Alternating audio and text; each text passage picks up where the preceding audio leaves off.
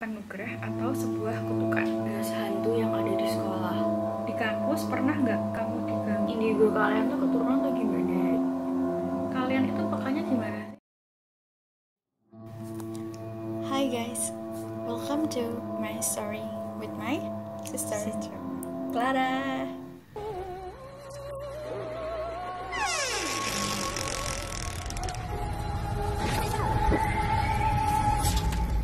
Oke, jadi awal mula bisa peka. Peka tuh kayaknya dari diri sendiri juga sih. Gimana ya? Jelasinnya aku bingung nih. Tapi dia yang paling peka. Sih. Dan nggak enaknya peka itu adalah dia bisa, kalau aku ya, bisa nyerang ke tubuh, sesak nafas, kayak pusing tapi nggak sakit, terus kayak badanmu berat. Itu sih yang sering aku rasain kalau aku ada di suatu tempat yang banyak dan hawanya negatif. Aku selalu kayak gitu. Makanya kalau kalian ada yang mau mengajakin ayo penelusuran di tempat ini itu, sorry, aku nggak mau ikutan karena aku tidak mau membahayakan diri aku sendiri. Jangan sok berani lah, jangan sok iya lah gitu. Karena kita nggak akan tahu gitu loh mereka tuh seperti apa. Gimana yang harus dilakuin kalau misalnya kita lagi diganggu selain berdoa ya seperti yang sudah dibilang sebelumnya, berpikiran positif. Terus apa lagi tadi? Berani aja, berani, harus berani, jangan takut. Ya udah, intinya itu doang kalau selain berdoa. Ya sebenarnya kuncinya adalah berdoa sih, sama gitu. Percaya sama Tuhan, jangan sama mereka gitu loh. Ini kayak dari kakak asrama aku dulu deh, ceritain setan di asrama. Fix bakal selalu ada konten YouTube saking banyaknya. Betul, setan di asrama itu banyak sekali. Saya dulu awal-awal di asrama sering diganggu sampai akhir ya malah ya. Dan nggak cuman aku, kayaknya hampir semua anak-anak di asrama tuh pasti selalu punya cerita serem gitu. Kalau pas di asrama itu aku baru 2 hari atau 3 hari di asrama. Boleh aku ceritain nggak? Aku ceritain yang ini aja ya.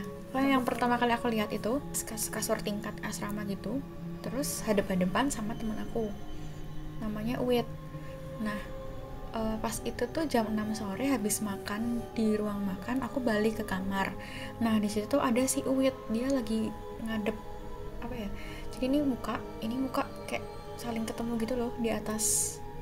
Nah pas itu aku ngeliat dia, kayaknya dia lagi belajar kan. Pas aku mau keluar, mau ke arah toilet, kok kayak ada yang narik aku gitu loh dari sebelah kiri. Terus aku nengok ke arah kiri, ke kasurku kan. Aku kaget karena di situ ada cewek lagi duduk, posisinya hadap-hadapan sama si Uwit gitu loh. Posisinya tuh kayak gini nih. Rambutnya tuh nutupin gini, terus dia nunduk gitu kan. Nah abis itu aku liatin dia terus karena aku penasaran, aku kira dia teman aku atau siapa kan. Aku liatin terus dia tuh udah kayak yang awalnya nutupin gini, tiba-tiba tuh kayak semakin nengok gini loh. Dan puji Tuhan banget aku belum sempat lihat mukanya, karena awalnya tuh kayak mukanya tuh hitam gitu loh. Aku udah kayak takut duluan, terus aku teriak. Teman aku si Uwit itu kaget, kamu kenapa? Dia nanya gitu kan ke aku. Terus aku bilang, hah, kamu tadi lihat gak di atas kasur aku ada orang? Aku bilang gitu. Terus si Uwit bilang, enggak ada siapa-siapa, dari tadi aku sendiri. Uwit bilang kayak gitu. Terus waktu aku lihat lagi ke kasur aku, itu nggak ada siapa-siapa. Kayak oke, ini aku halu atau gimana? Maksudnya aku sama sekali nggak ada perasaan takut di situ sebelumnya kan. Terus kayaknya di situ Uwit mengira aku tuh halu atau gimana. Aku nggak tahu. Itulah susahnya orang yang bisa melihat mereka. Akhirnya aku ke kamar sebelah, aku cerita sama teman aku di sana, dan teman aku juga kayak masih bingung antara percaya dan enggak. Terus habis itu aku telepon orang tua aku cerita, aku nggak berani tidur di kamar aku, serius ya. Terus habis itu papa aku bilang ke si mbah aku, waktu itu bilangnya aku diganggu. Nah terus habis itu simbahku telepon terus simbahku nanya, kamu tadi diliatin ya sama mbak-mbak gitu kan. Terus aku bilang, iya mbah, papa cerita ya. Iya. Nah yang bikin aku kaget, simbah aku tuh telepon terus simbahku nyebutin ciri-ciri si cewek itu, kayak pakai celana pendek bunga-bunga, pakai kaos, rambutnya rada panjang, terus kayak warnanya hitam lurus kayak gitu. Terus aku kayak yang, loh kok simbah tahu padahal papaku nggak tahu ciri-cirinya dan aku belum cerita kayak gitu loh. Kayak oke, simbah aku tahu berarti memang ada dia gitu loh. Terus akhirnya suster asrama aku ngasih air garam suruh nyemprotin gitu, dan akhirnya aku memberanikan tidur di kasur itu. Kalian bisa bayangin itu bekas dia duduk aku pakai di kepala aku. Terus gak lama setelah itu aku pindah ke bawah karena aku gak berani di kamar atas gitu, di kasur atas gitu.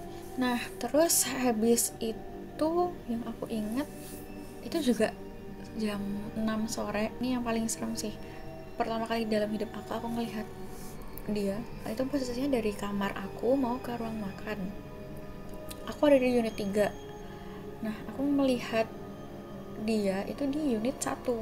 Pas itu teman-teman aku udah di depan, aku ditinggal sendiri. Nah aku tuh antara takut dan penasaran itu tadi. Aku ngelihat ada sesuatu gede hitam lagi duduk di atas rak sepatu gitu, kayak dia tuh membelakangi aku sih, aku rasa gitu. Aku bingung, aku mendekat terus aku ngefokusin. Biasanya kalau kita fokus tuh kita malah bisa ngeliat jelas ya. Dan menurut aku itu bentuknya dia tuh bukan transparan, kayak bener-bener padet gitu loh. Pas aku ngeliat gitu, kok badan dia tuh lama-lama kayak mau balik badan ke arah aku gitu kan. Pas udah setengah muka kayak gitu, shit man, aku ngeliat wow gede banget, hitam serem, matanya kayak yang aku lihat tuh. iya ini Ya pokoknya kayak gitu lah. ya pokoknya kayak gitu.